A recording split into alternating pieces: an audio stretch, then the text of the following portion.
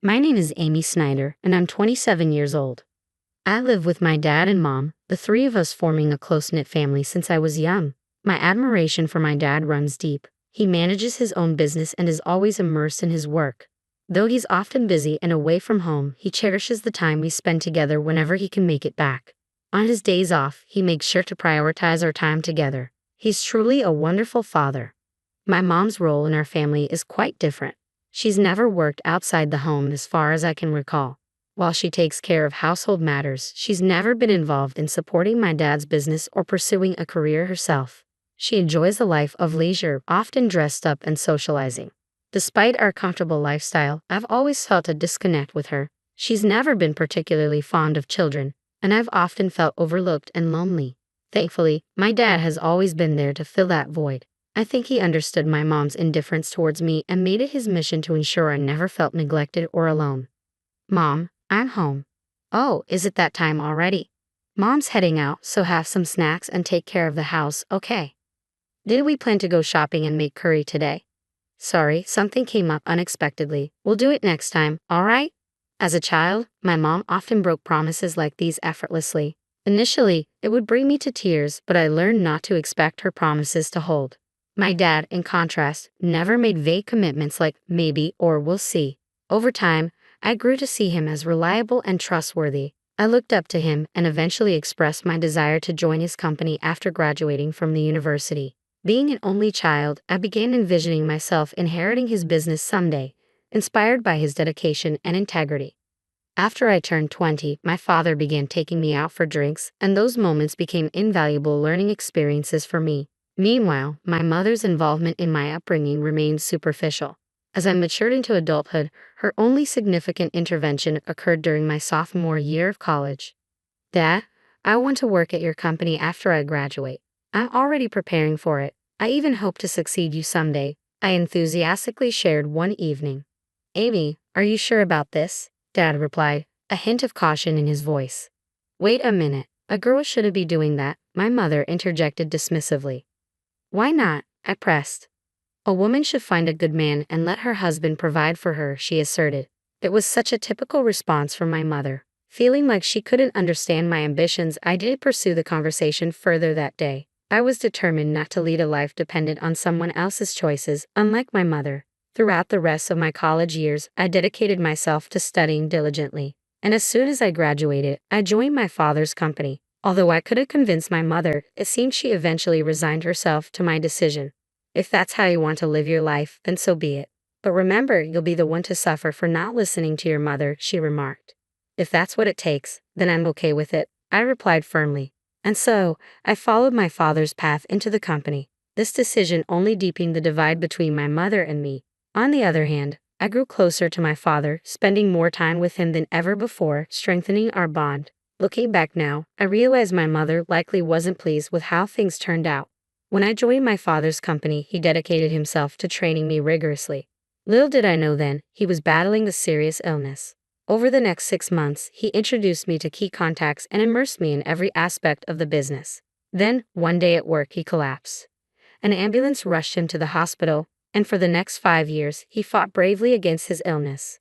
Amy, how's the company managing without your dad? My mom asked one day.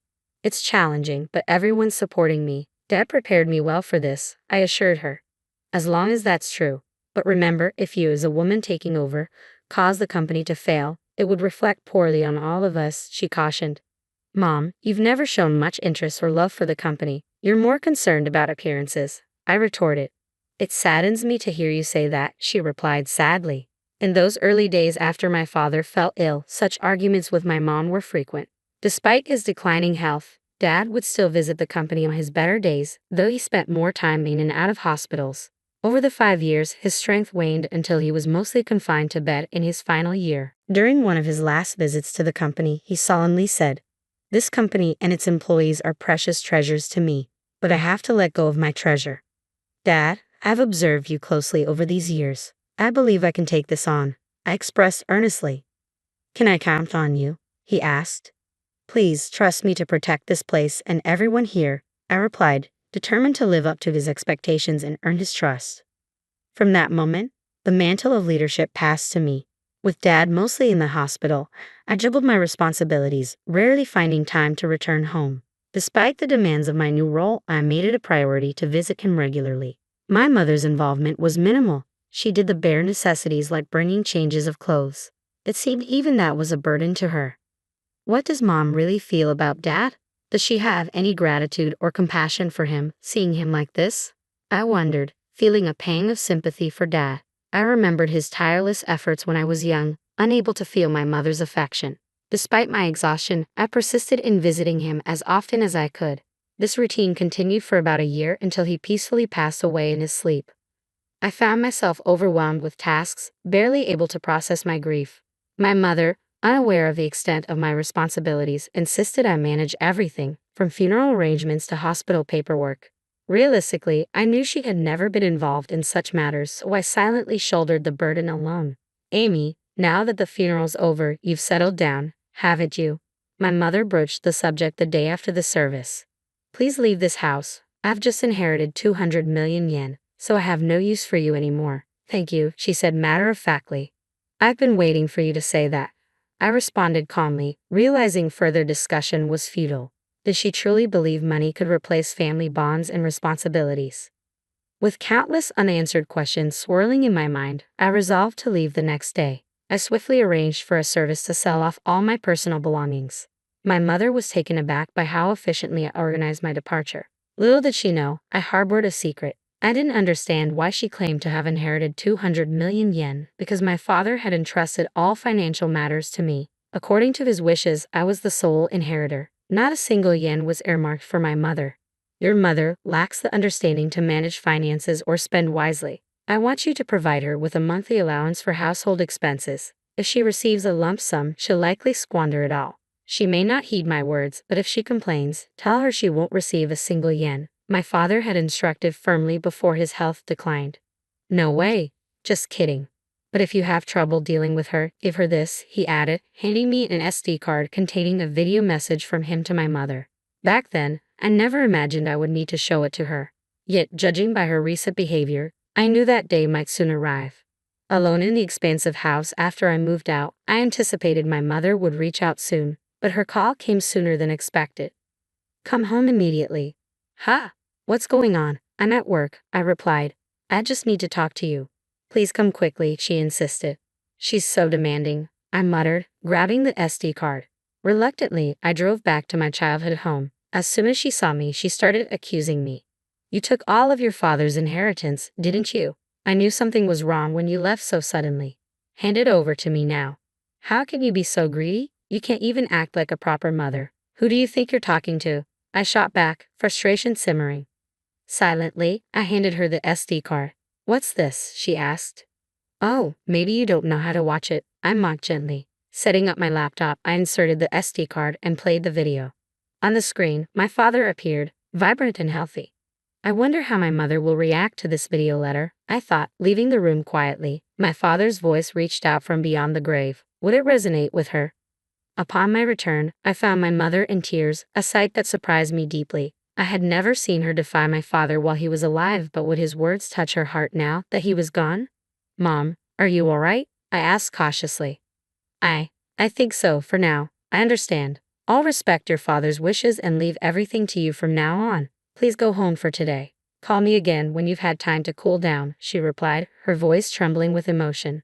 I sensed she didn't want me to witness her vulnerable state, so I left for home that evening, pondering the complex emotions that now fill our strained relationship. I was filled with questions about how my father's message had impacted my mother. Nearly a month passed without hearing from her.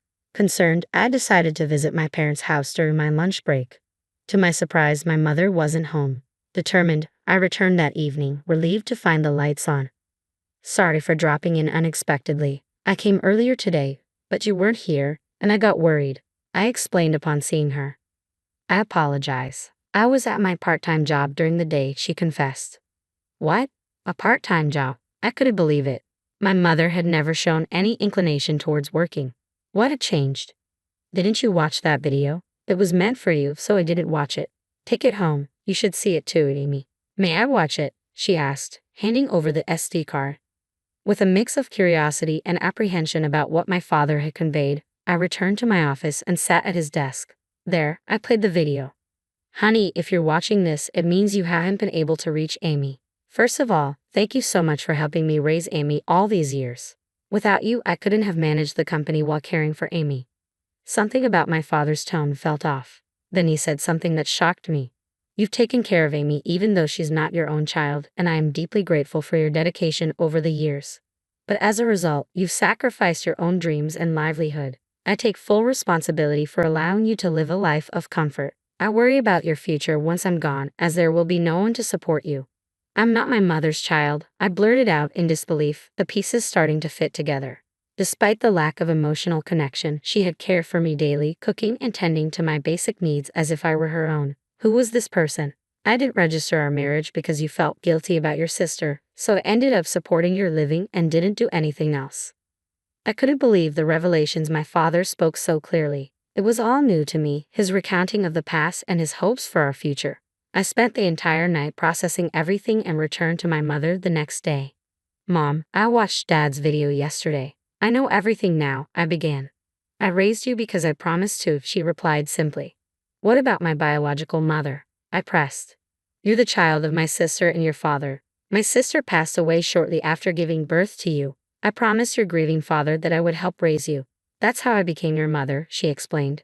With my mother's story, everything fell into place, even the parts I had speculated about. I remembered my mother working at a diner, where my father used to visit. She was vibrant and ambitious then, dreaming of owning her own diner. But when she chose to become my mother, she set aside that dream.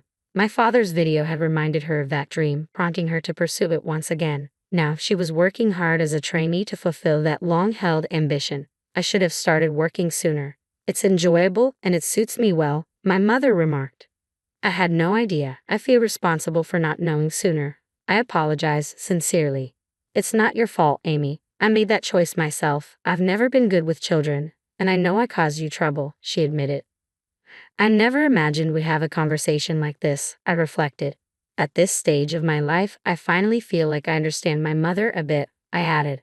Since then, we've had many conversations. We decided to use the money left by Dad to fund the opening of her diner. Once she started working, she became more humble. She was hesitant about discussing funds for the diner, which would have been unthinkable not long ago.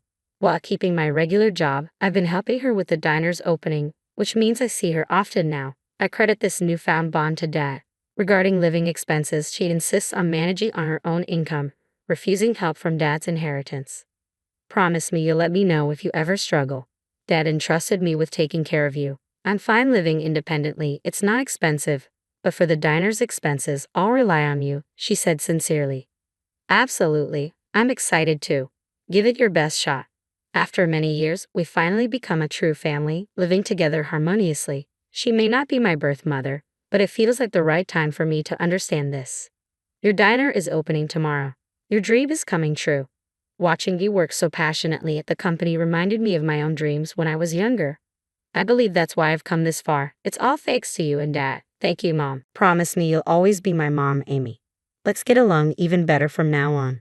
After all, we only have each other. That's true.